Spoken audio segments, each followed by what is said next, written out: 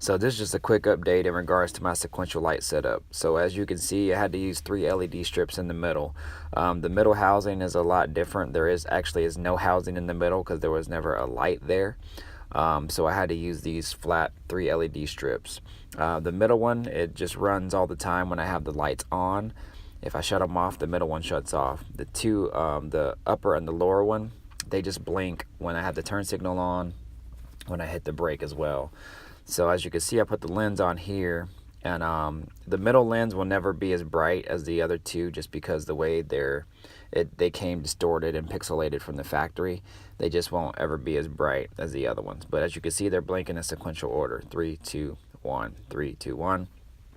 That there. So the problem that I came with is, as far as the outer light, the one that's closest to me, the one that blinks last, when the brake is pressed, they'll blink 3, 2, 1, but then that last light shuts back off. It doesn't stay illuminated.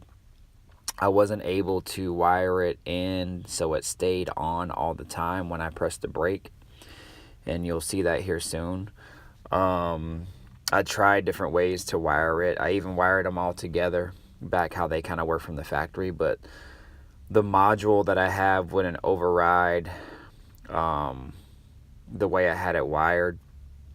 So when I hit the brake or hit the turn signal, they just all popped on at the same time, and the module wouldn't flash them in the 3, 2, 1 order. So I had to disconnect that last part of the light. So now I get 3, 2, 1, but then the last light shuts off like that.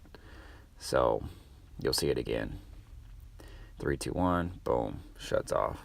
So I only have that first light and then the middle light as my brake lights when I have to stop at a stoplight for a long period of time. But here, the daytime lights are on. I hit the brake again. As you can see, that last one shut off.